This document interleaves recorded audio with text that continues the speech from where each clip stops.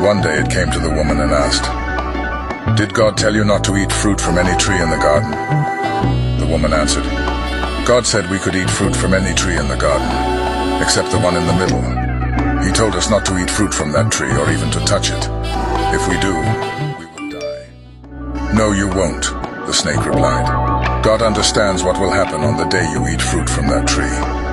You will see what you have done, and you will know the difference between right and wrong, just as God does."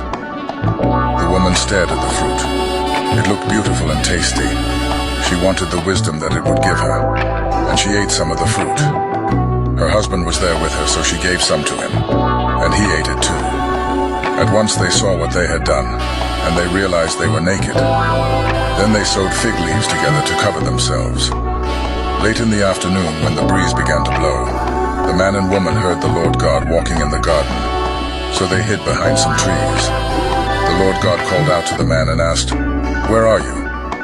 The man answered, "I was naked, and when I heard you walking through the garden, I was frightened and hid." "How did you know you were naked?" God asked.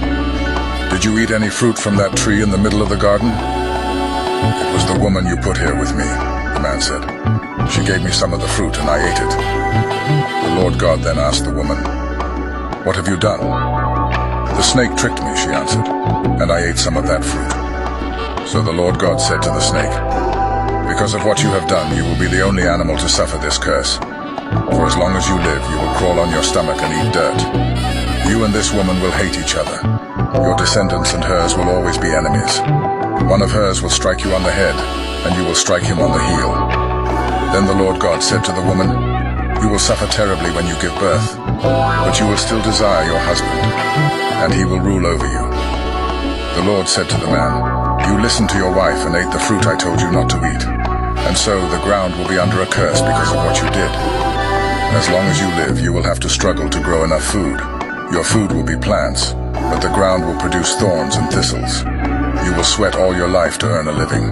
You were made out of soil, and you will once again turn into soil."